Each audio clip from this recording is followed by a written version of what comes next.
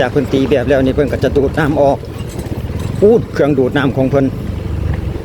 ดูดน้ำออกก่อนที่จะเทอะไรวะเทเครื่องดูดน้ำของเพิ่นนะกำลังเอารถแมคโครหันจกเพื่อที่จะสร้างเป็นคลองระบายน้ำอีกทีหนึ่งเราเบิ่งเส้นทางเติมพี่น้องเลยเดี๋ยวคลิปวิดีโอนี้กับป่าวีที่เดินลาวเดี๋ยวเรามาเริ่มต้นอยู่ที่ตาแสงหนองดวงจุดนี้คือตาแสงหนองดวงพี่น้องเบิ่งความคืบหน้าของเพิ่นอีกเส้นทางหนึ่งเริ่มต้นอยู่ที่ตาแสงหนองดวงนี่แหละพี่น้องเป็นเส้นทางเทคอนกรีตหรือว่าทางเทเปตงนะพี่น้องข้าพเจ้าเคยอัปเดตลง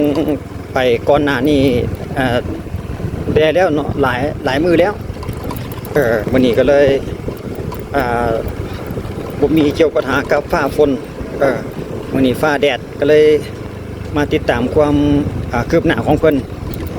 ให้ทุกท่านได้เบิ่งได้ฮู้ไปนำกันพี่น้องสปป.ลาวว่าเพิ่นอยู่ในปัจจุบันนี้เร่งรัดพัฒนาไปสำใดนี้มาปุ๊บก็เห็นปั๊บเลยคลองระบายน้ำนายสร้างกำลังเข้าแบบพี่น้องจุดนี้สุดยอดหลายสมเสยอีกทีหนึ่งสำหรับการก่อสร้างเส้นทางยาวเหยียดเลยพี่น้องเส้นทางนี่ก็เริ่มต้นออกจากตาแสงหนองดวงเนาะไปหาเส้นทาง13สายเหนือพี่น้อง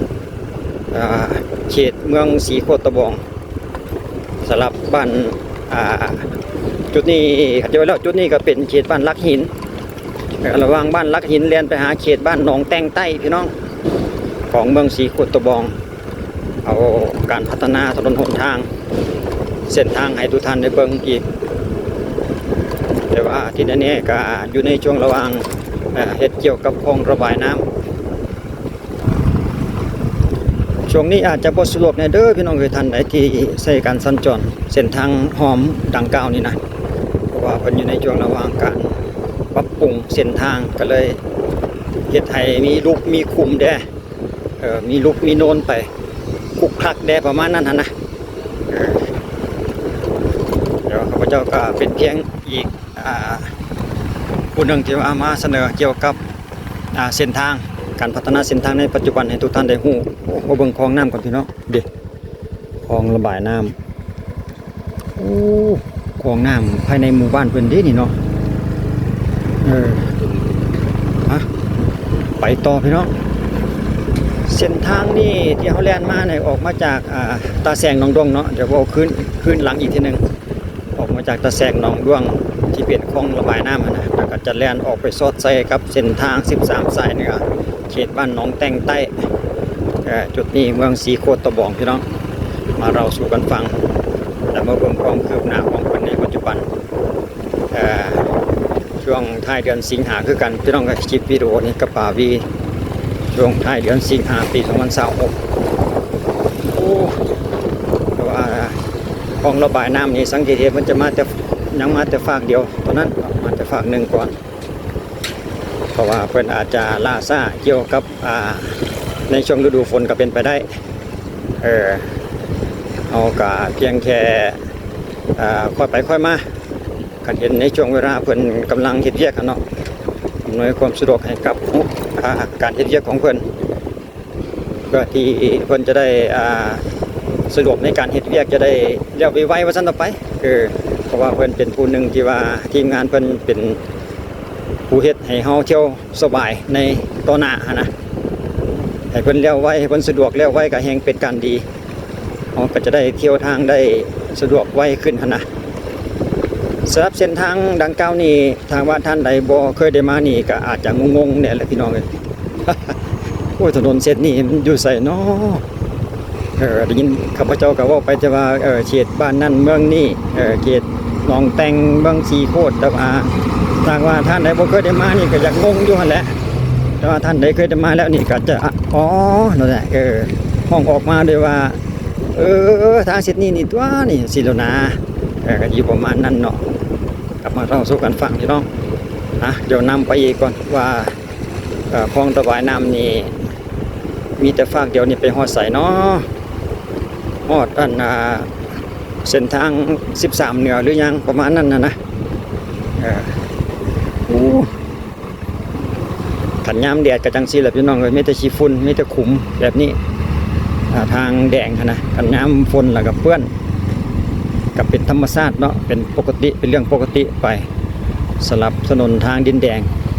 มือใดเพิ่นเฮ็ดสร้างแล้วเพิ่นเทแล้วนี่ก็จะอำนวยความสะดวกได้หลายเท่าเลยแหละ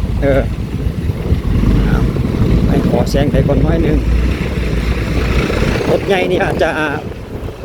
ไปเฝ้ามาไว้บ่ได้พี่น้องเพราะว่ามันขุมมันหลายอยู่รถจักรนี่ก็ยังพอไปได้อยู่นะพอได้ลีกซิกแซกไปได้ประมาณนั้น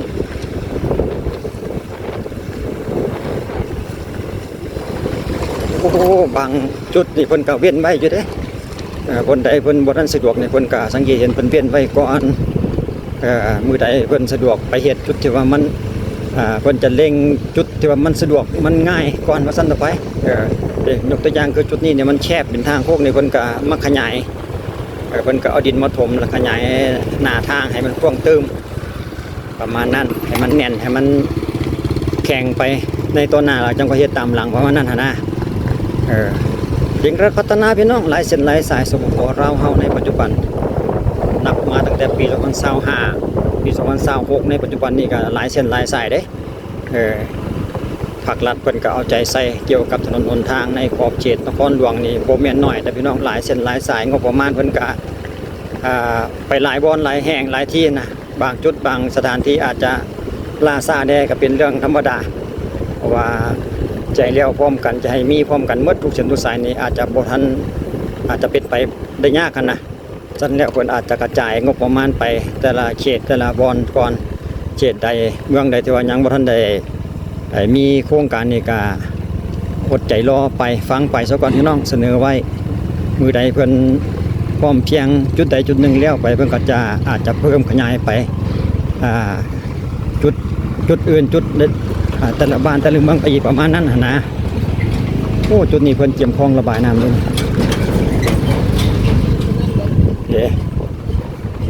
โอ้เพิ่นกำลังตีแบบหลังจากเพิ่นตีแบบแล้วนี่เพิ่นก็จะดูดน้ำออกเครื่องดูดน้ำของเพิ่นดูดน้ำออกก่อนที่จะเทอะไรวะเครื่องดูดน้ำของเพิ่นนะเพิ่นก็จะดูดน้ำออกแล้วก็เทดังด้านหน้าก็รถจกรถแมคโครเฮ็ดเวียกกันวุ่นคือกันจุดนี้โอ้เพิ่นกำลังเกี่ยมคลองระบายน้ำเด้นี่จุดนี้นะกำลังจกเนาะกำลังเอารถแมคโครหันจกเพื่อที่จะสร้างเป็นคลองระบายน้ำอีกทีหนึ่งโอ้น้ำไหลมาจากอันไหนาบ่จักกันเนาะเอาสมเสยเอาใจช่วยพี่น้องเลยเป็นกำลังใจนี่เพิ่นก็เอาปูนข้าวยาไว้เป็นแถวเป็นแนวยาวเลยจุดที่ว่าเพิ่นจะจกเนาะจุดที่ว่าเพิ่นจะจกเฮ็ดเป็นคลองระบายน้ำนะส่วนความกว้างนี่เพิ่นก็บอกเป็นบางจุดเนาะบางจุดก็4 เมตรปลายบางจุดก็8 เมตรเพิ่นระบุในป้ายโครงการของเพิ่นนะแต่ว่าการสัญญาให้สำเร็จแล้วสำหรับเส้นทางนี้ก็อยู่ปี2029พุ่นแหละพี่น้อง